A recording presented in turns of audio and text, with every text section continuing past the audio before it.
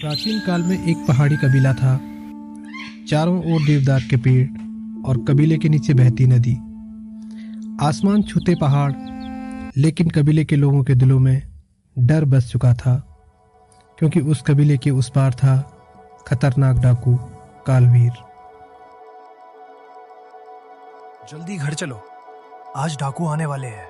हे भगवान, ये डर कब खत्म होगा? कब होगा इन डाकुओं का अंत?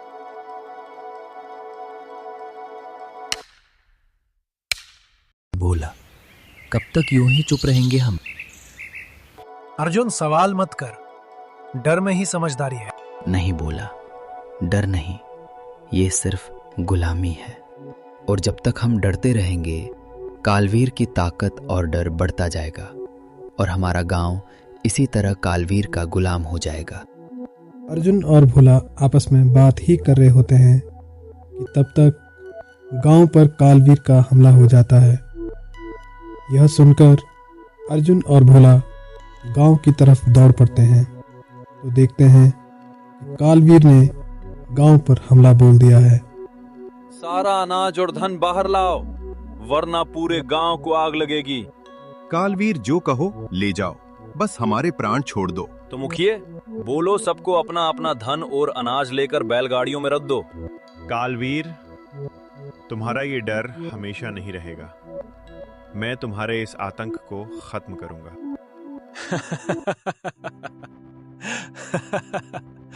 तू मुझे रोकेगा? एक साधारण लड़का जो पहले थोड़े और बड़े हो जाओ बच्चे। अर्जुन बेटा, तुम्हारा कालवीर से उलझना ठीक नहीं है। गांव में कोई भी उसके खिलाफ कुछ नहीं बोलता। माँ, मैं डर के आगे नहीं झुकूंगा। डर हर माँ को लगता है, पर बेटे के साहस पर भरोसा भी होता है। जा बेटा, भगवान तेरे साथ है। पूरे गांव ने चुप्पी साध ली, लेकिन अर्जुन ने नहीं। उसने अपनी माँ से कहा, मैं कालवीर से डरूंगा नहीं। अर्जुन जंगल में चला गया।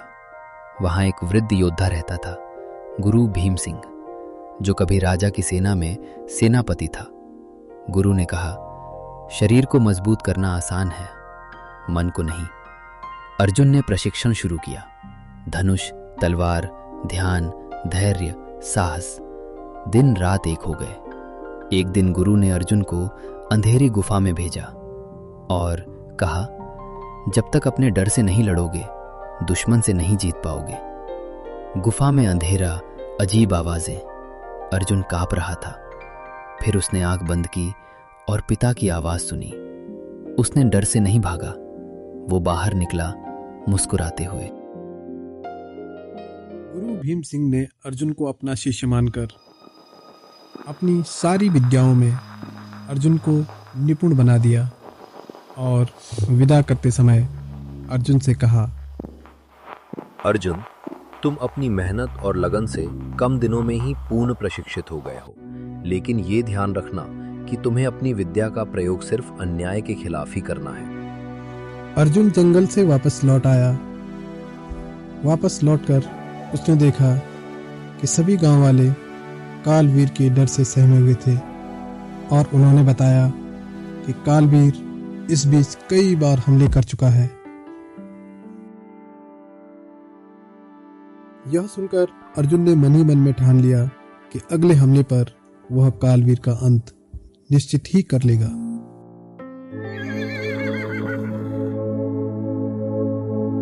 एक बार फिर से गांव पर कालवीर का हमला हुआ, पर इस बार अर्जुन और उसके दोस्त पूरी तरह तैयार थे।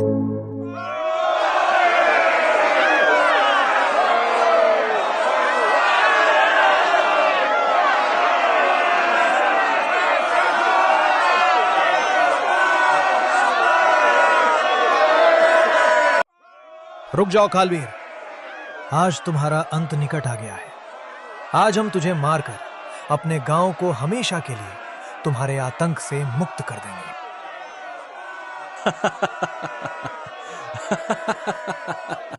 चुप हो जा लड़के, तुम मेरा मुकाबला करोगे, और अगर तुम मेरा मुकाबला करना चाहते हो तो आओ, वार करो मुझ पर।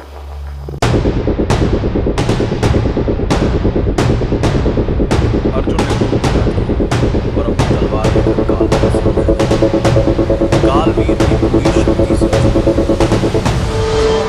घमासान युद्ध हुआ। अंत में अर्जुन के प्रहार से कालवीर जमीन पर गिर गया और मृत्यु को प्राप्त हो गया। सूरज उग चुका था। सुमेरपुर की हवा आज अलग लग रही थी। धुएं की गंध अभी भी थी। जले हुए घरों के निशान बाकी थे, लेकिन लोगों की आंखों में पहली बार डर नहीं था, उम्मीद थी। बच्चे बिना पीछे देखे दौड़ रहे थे। औरतें आपस में बातें कर रही थी। बुजुर्ग खुले आंगन में बैठकर लंबी सांस ले रहे थे। डाकू मर गया था, पर डर अभी पूरी तरह नहीं मरा था। अर्जुन नदी के किनारे खड़ा था। वही नदी जिसने उसके सवाल सुने थे, उसके आंसू देखे थे। अर्जुन, आज अगर तू न होता तो हमारा गांव हमेशा कालवीर की दहशत में जी रहा होता। तुम सच में हिम्मत वाले हो अर्जुन।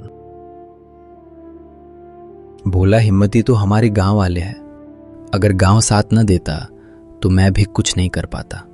बस यही बात अगर हम सभी गांव वालों को समझा पाए तो यकीन मानो कोई भी डाकू दोबारा हमें नहीं डरा पाएगा। गांव के लोग कालवीर की लाश देख रहे थे। कुछ राहत में थे तो कुछ डर में। अगर कालवीर के आदमी आए तो? यह सवाल आग की तरह गांव में फैल गया। हमने उसे मारा है, पर उसके पीछे और भी डाकू हो सकते हैं। वे लोग अपना बदला लेने के लिए वापस हमला कर सकते हैं। अर्जुन ने सबकी ओर देखा। डर गांव वालों में फिर से लौट रहा था। उसी रात जंगल से किसी के कदमों की आवाज आई। एक घायल व्यक्ति घिसकता हुआ गांव तक पहुंचा। मरते मरते उसने कहा, कालवीर अकेला नहीं था, वो तो बस एक चेहरा था। और उसकी सांसें रुक गई।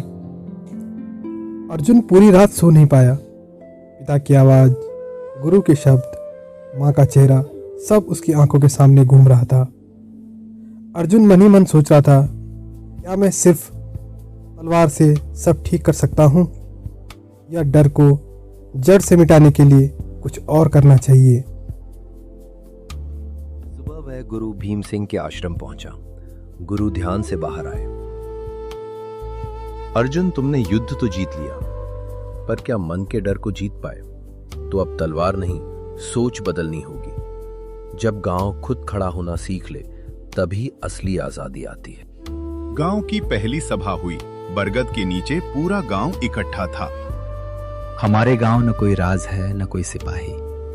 ये गांव हम सबका है और सभी को अपनी जिम्मेदारी लेकर अपने गांव की रक्षा करनी होगी। हर आदमी पहरा देगा, हर बच्चा सवाल पूछेगा और कोई भी अन्याय अब अकेले नहीं सहा जाएगा। धीरे धीरे सभी गांव वालों ने अपनी सहमति देते हुए कहा कि हम सब गांव वाले किसी भी आतंकी के खिलाफ खुद लड़ेंगे और स्वयं को मजबूत बनाएंगे। दिन बीतने लगे। जवानों को प्रशिक्षण, बच्चों को आत्मविश्वास, औरतों को आवाज। गांव बदल रहा था। मां अर्जुन को देखती और मुस्कुराती और मन में सोचती कि मेरा बेटा अब सिर्फ मेरा नहीं रहा। अर्जुन, पड़ोसी गांव से संदेश आया है। कालवीर जैसा ही एक और सरदार आ रहा है और उसकी योजना हमारे गांव पर भी हमला करने की है। और उसने सुना है कि हमने कालवीर को मार डाला है। तो आने दो उसे। इस बार हमारा गांव पहले जैसा कमजोर नहीं रहा। अब यहाँ का हर व्यक्ति सिपाही है जो अपने गांव की रक्षा कर सकते हैं। अर्जुन, क्या लड़ाई होगी? हम सब तैयार हैं। अगर जरूरत पड़ी तो लड़ेंगे, लेकिन पहले शांति से बात करूंगा। अर्जुन अकेला ही डाकू का सामना करने चला गया, खुले हाथ, बिना हथियार। तू पागल है? जो बिना कोई हथियार, बिना किसी को साथ लाए मरने मेरे पास आ गया? नहीं, मैं वो इंसान हूं जो डर के बिना जीना सीख गया है। अगर तू लड़ेगा तो गांव का हर आदमी औरत लड़ने के लिए उठ खड़ा होगा। अब लोग डरते नहीं। सरदार ने पीछे देखा। उसके अपने आदमी भी डर रहे थे और वह डर के मारे लौट गया। इस तरह अर्जुन और उसका गांव बिना युद्ध के ही जीत गया था। गांव में उत्सव था, ढोल, नृत्य, गीत, संगीत। मुखिया जी ने कहा, आज हम सिर्फ बचे नहीं बल्कि हम बदले हैं। अर्जुन चुपचाप किनारे खड़ा था। सुबह सुबह अर्जुन अपना सामान बांध रहा था। माँ आई। जा रहे हो? अर्जुन ने कहा, माँ, अब और गांव हैं जो डर में जी रहे हैं। माँ ने तिलक लगाया और अर्जुन अपने कर्तव्य पथ पर निकल पड़ा। न्याय के लिए एक आदमी लड़ सकता है, पर जब पूरा समाज डर से लड़ना सीख जाए तो इतिहास बदल जाता है।